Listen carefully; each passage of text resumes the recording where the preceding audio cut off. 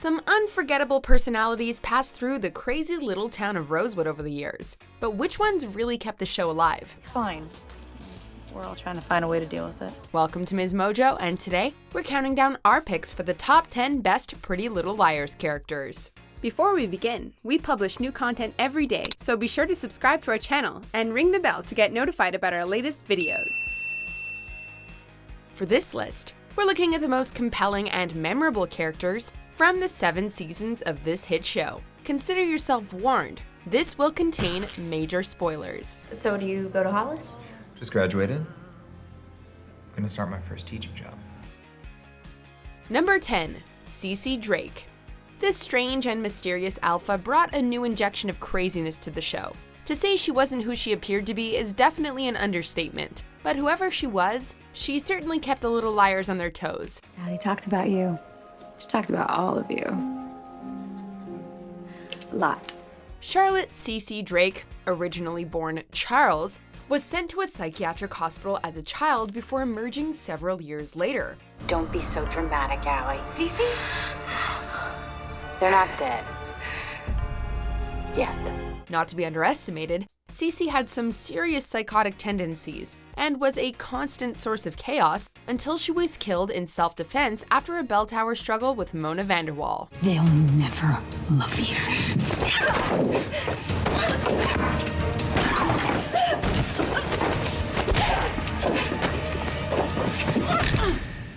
Number 9, Ezra Fitz. A simple tip for anyone teaching high school or considering doing it. Don't sleep with your students. Holy crap. There are lots of other rules, especially if you want to be a good role model, but that first one is kind of a biggie. While we're at it, you probably shouldn't write a massive manuscript about them either. Sorry, but it's just weird and goes way beyond your job description. You're using me. I'm sorry, I'm such an idiot.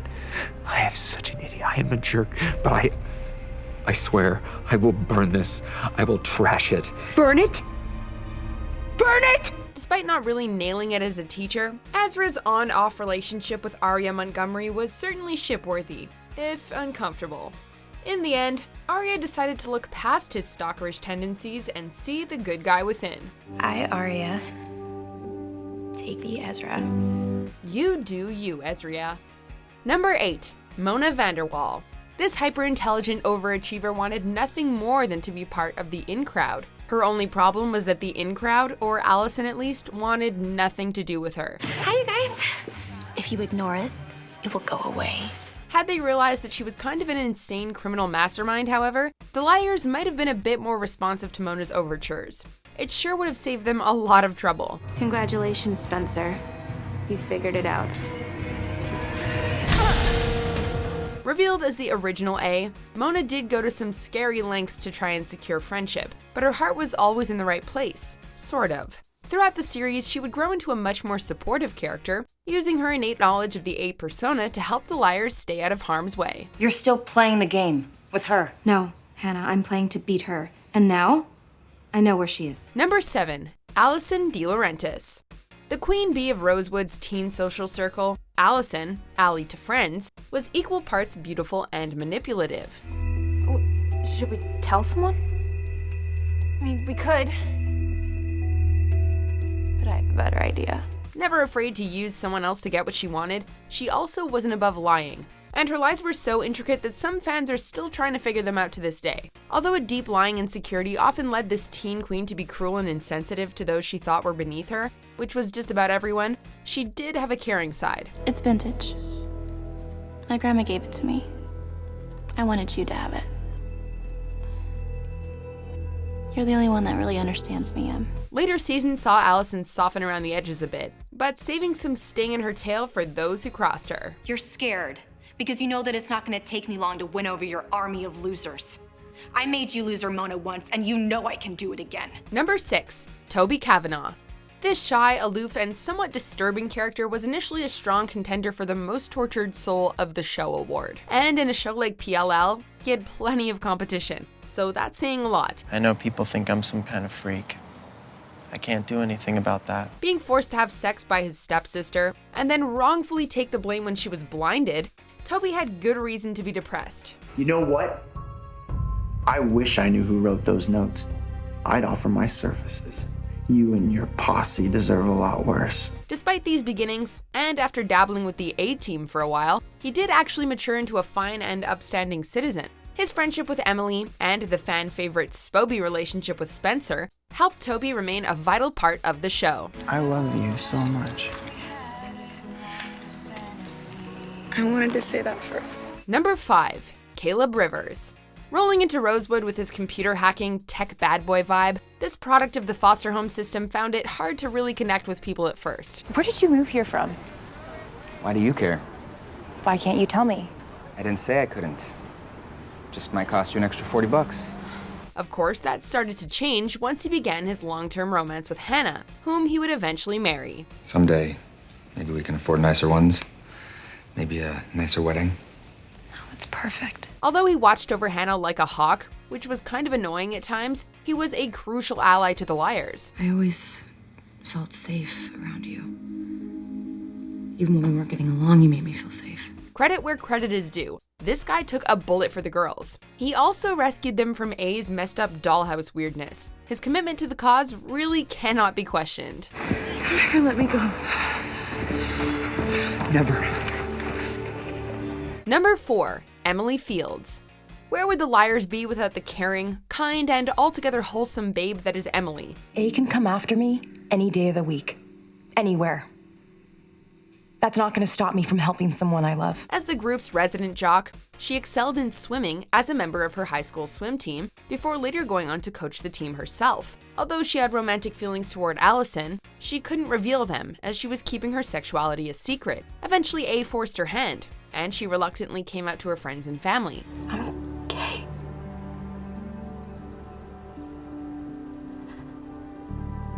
I'm gay.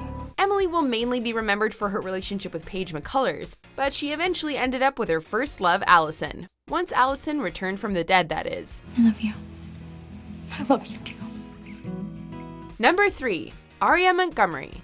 The alternative girl with the slightly eccentric tastes, Aria was known as the most artistically inclined member of Alison's crew. In a strange reversal of her father's affair with his college student, Aria herself engages in an illicit student-teacher romance with Ezra, her high school English teacher. The whole point of college is to broaden your world, not pack up your high school English teacher and bring him with you. You're not just my high school English teacher. Is that how you see yourself? No. This relationship, although troubled, will turn out to be life-saving when Ezra shows up and takes a bullet for the girls. It's just what guys do in Rosewood. No, you stay awake. Do you hear me? No, don't you dare close your eyes. No, please! Ezra, Somebody call for help! After graduating college, Aria becomes a book publisher, which is kind of helpful when your partner is an author. She loved my chapters and yours. Wait, Jillian actually said love, not like? Because she never uses love. She thinks that's a highly overused word. Number 2, Spencer Hastings. How lucky am I to have something that makes saying goodbye so hard? What brilliant scholar said that? Winnie the Pooh.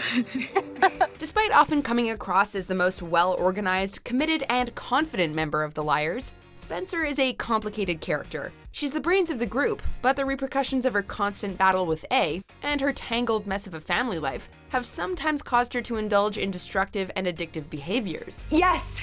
Okay, I slept walk. To school? Yes!